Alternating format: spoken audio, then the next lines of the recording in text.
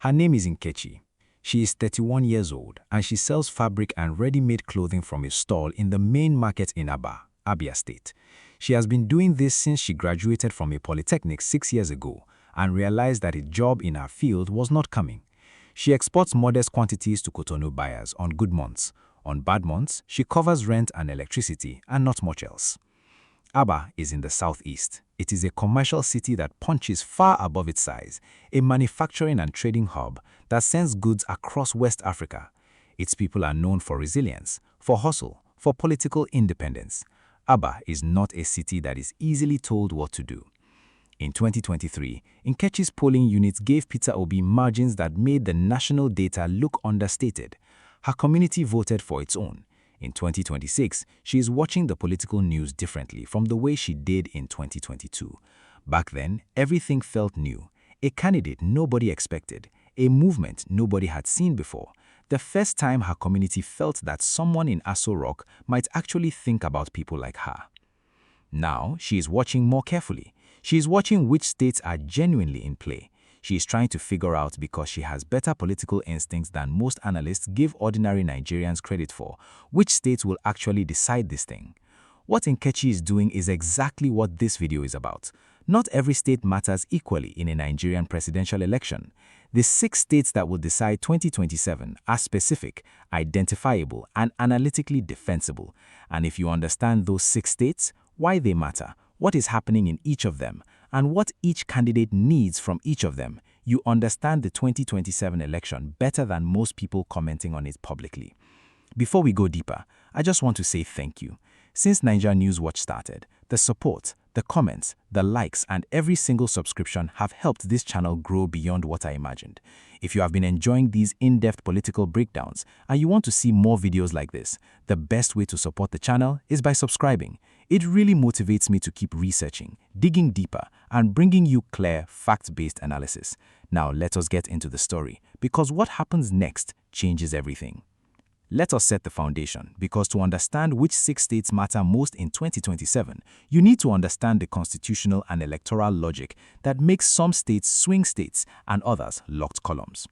The 2023 INEC results are the starting point. Tinubu won 8.78 million votes nationally. Atiku won 6.98 million. Obi won 6.1 million. Kwankwaso won 1.5 million. The constitutional requirement, 25% in at least 24 states, was the decisive filter.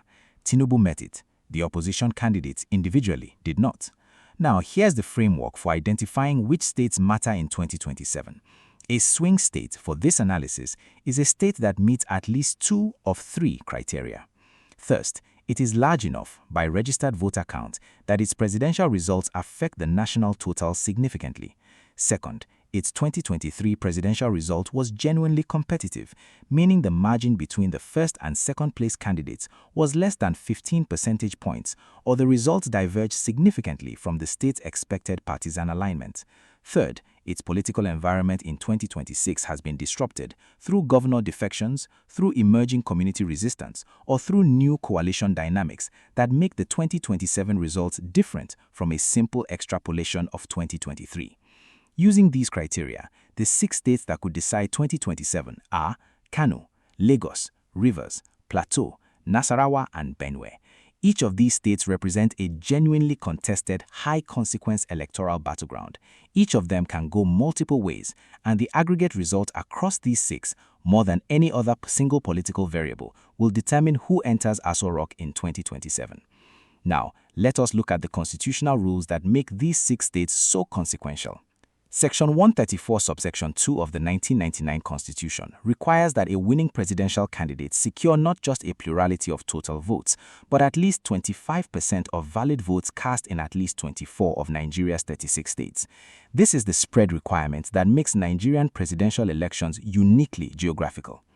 In 2023, according to INEC's verified data, Tinubu met the 25% threshold in at least 24 states.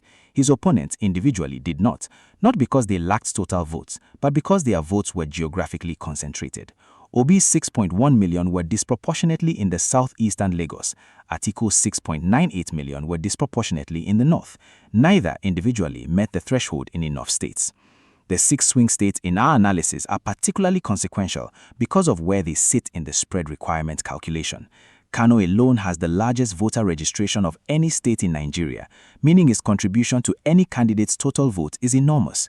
Lagos is the most economically significant state and was won by Obi in 2023 against Tinubu's home-based machinery, making any 2027 Lagos result a headline number.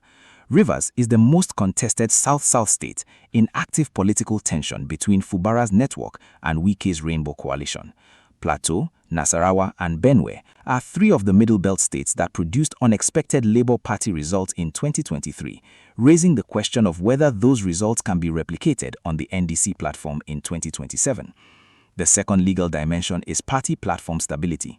According to INEC regulations, a candidate whose party is in active legal dispute, as the ADC currently is, operates in institutional uncertainty that can affect candidate registration even if the dispute is eventually resolved.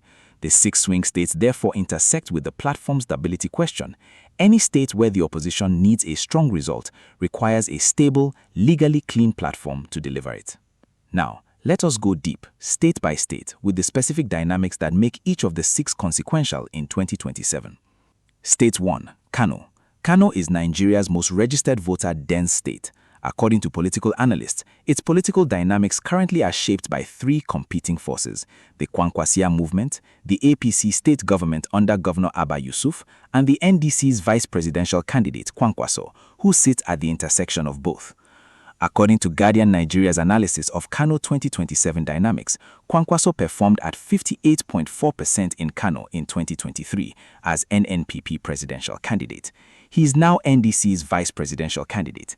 This repositioning from presidential to vice presidential has, according to stakeholders quoted in reporting, discouraged some of his supporters who see the secondary position as a step down. The internal NDC dispute over the 60-40 candidate sharing formula for Kano further complicates the picture. For Tinubu, Kano is a state that the APC formally controls through Governor Abba Yusuf's administrative structure, even though Yusuf emerged through the Kwankwasia movement.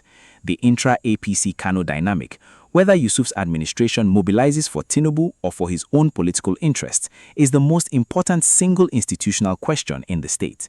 The specific 2027 Kano question: can the NDC Obi Kwankwaso ticket, despite Kwankwaso's reduced individual mobilizing power as VP rather than presidential, produce a Kano result that meets the 25% threshold?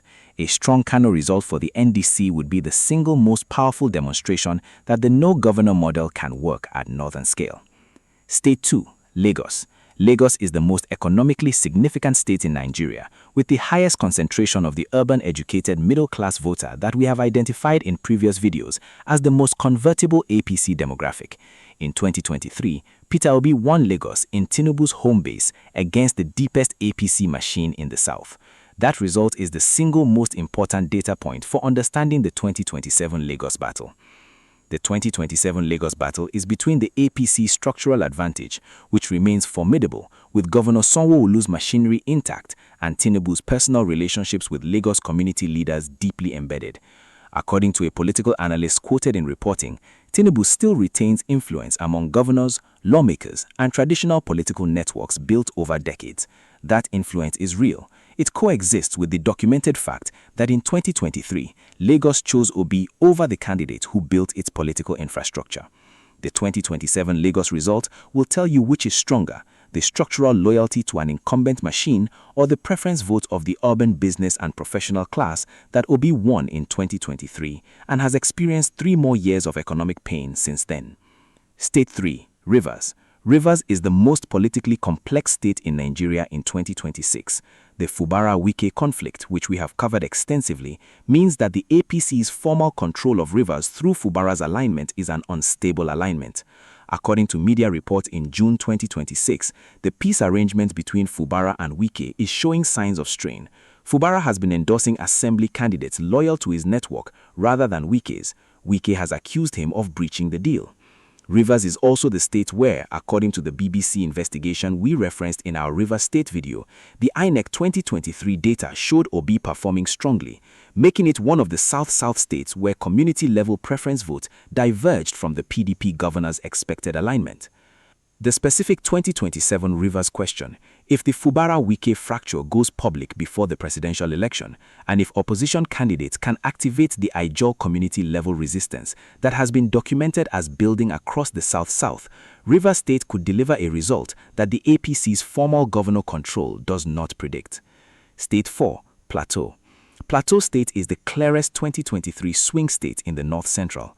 According to INEC's verified results, Peter Obi won Plateau in the 2023 presidential election, despite APC governor-level structural dominance.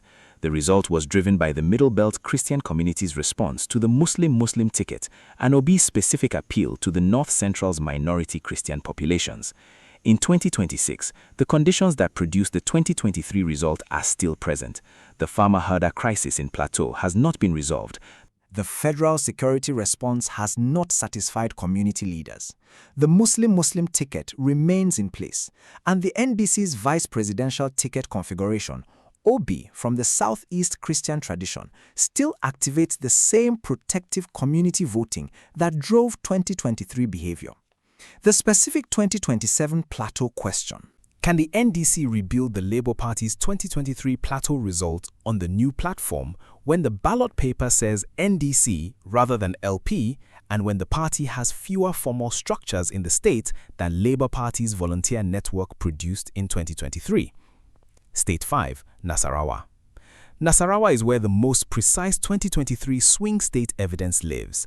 According to INEC's verified results, Peter Obi won Nasarawa with 191,361 votes, beating both Tinubu's 172,922 and Atiku's 147,093. A governorless Labour Party campaign beat both major parties in a north-central state with no formal party infrastructure. The 2027 Nasarawa question is the same as Plateau. Can the NDC replicate the 2023 results on the new platform? And is Nasarawa part of the 24 states the opposition needs to meet the spread requirement, making this specific state's result a constitutional threshold question, not just a margin question? State 6, Benue. Benue is the Middle Belt's most documented case of farmer-herder conflict producing political grievance. The state has experienced some of the worst communal violence in Nigeria over the past decade, with deaths in the thousands. Governor Hyacinth Alia runs Benue under an APC platform, but the community-level anger at the federal government's security response, documented across multiple human rights and media reports, is among the most intense in the North Central. The 2027 Benue question: does the community-level security grievance produce a preference vote for opposition candidates that overrides the APC governor's structural alignment? And does the NDC have enough visible presence in Benue connecting to the specific, locally understood grievances to activate that preference vote? Here is the pattern interrupt that reframes everything. These 6 states have something in common that the current political conversation is not analyzing precisely enough. In each of them, the 2023 presidential result diverged from what the governor's party alignment predicted. In each of them, a preference vote, driven by community-level grievance, by candidate identity, by the specific emotional energy of the obedient movement, overrode or significantly reduced the structural advantage. The 2027 question for all 6 is the same question.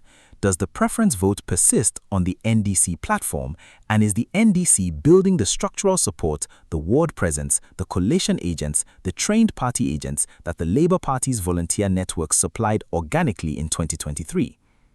Now, if what I just laid out surprises you, drop a comment below. I want to know your take before we get to the part that changes the whole picture. Let us come back to Nkechi in her fabric stall in Aba, Abia State.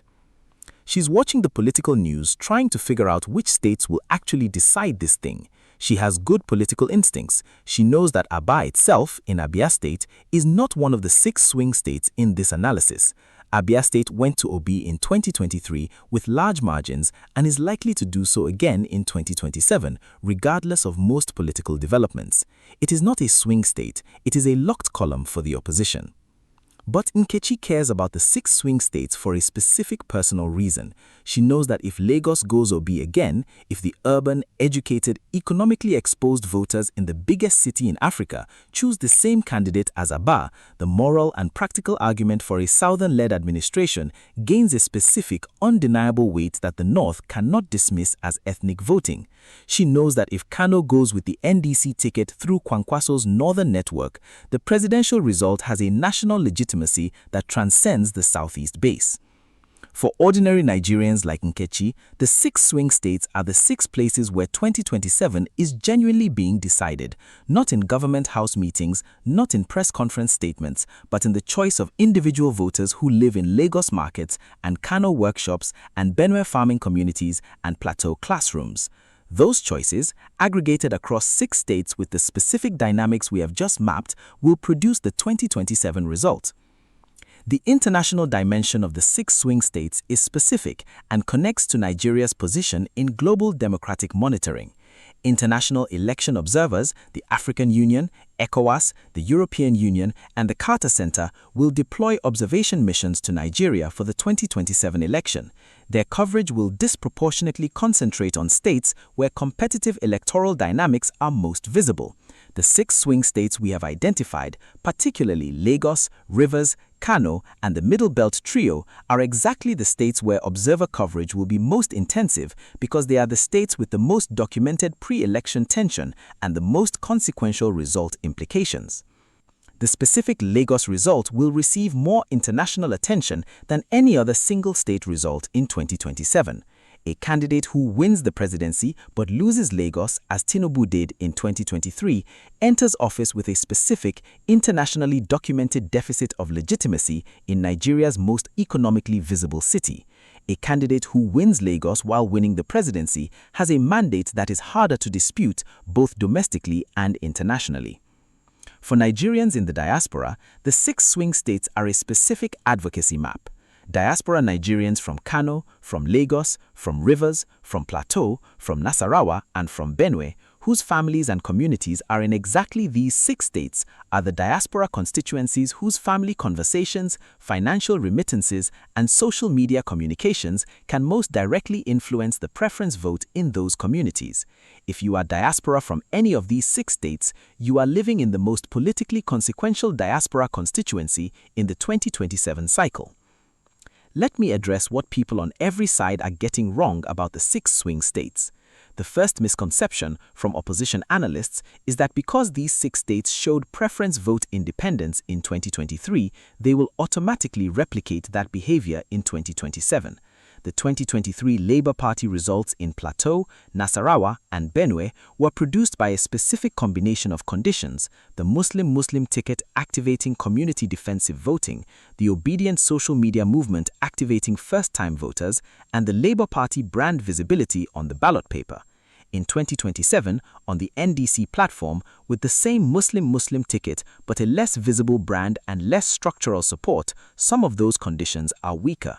The preference vote exists. Whether it activates with the same intensity depends on the NDC's investment in those specific communities.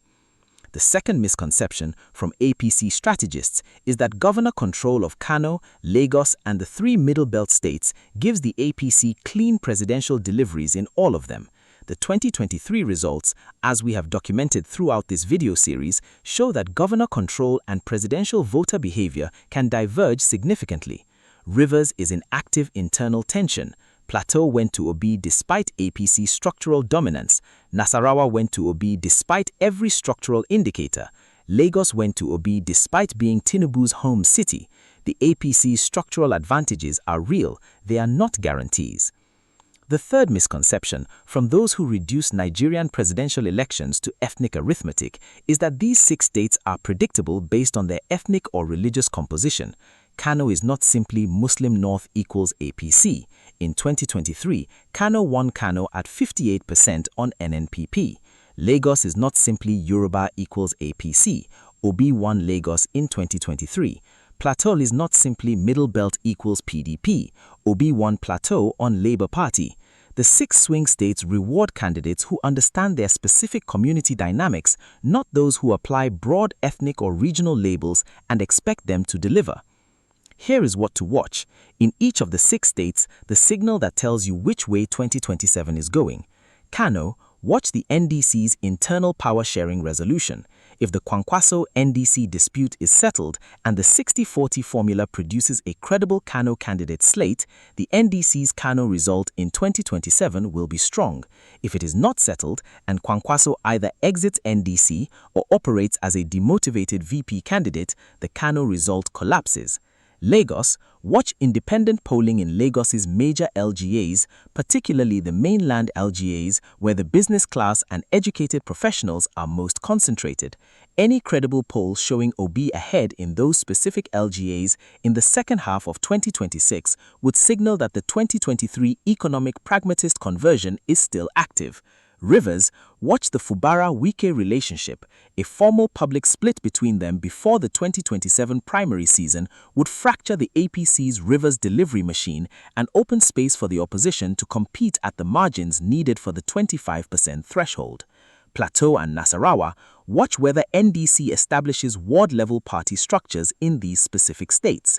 Physical, visible NDC presence, registered ward executives, party offices in Jos and Lafia is the most reliable leading indicator of whether the 2023 Labour Party results can be replicated on the new platform. Benue, watch whether any major Benue civil society or community leader organization issues a public statement connecting the state's security crisis to the 2027 presidential choice. A community statement in Benue linking the farmer-herder violence to a specific governance failure argument would activate the same community-level preference vote that drove unexpected results in Plateau and Nasarawa in 2023.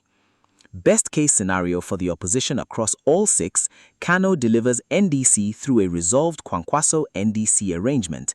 Lagos delivers NDC again through sustained urban middle-class preference vote.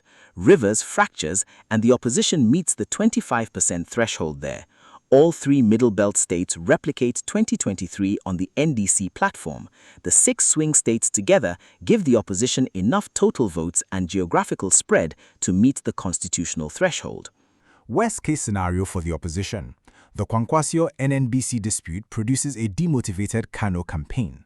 The NNBC brand fails to achieve Labour Party's 2023 ballot visibility in Lagos and Middle Belt states.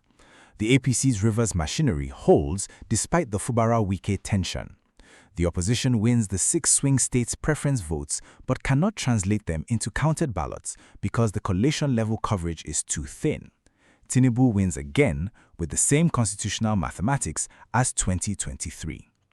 Let us come back to Nkechi in her fabric stall in Aba. She was trying to figure out which states will actually decide this thing. She has the political instincts to know it is not the locked columns on either side, not the states that will always go to one candidate regardless of what happens. Here is the honest answer to her question. The 6 states that could decide the 2027 Nigerian presidential election are Kano, Lagos, Rivers, Plateau, Nasarawa, and Benue. Each of them was genuinely competitive or produced a surprise in 2023.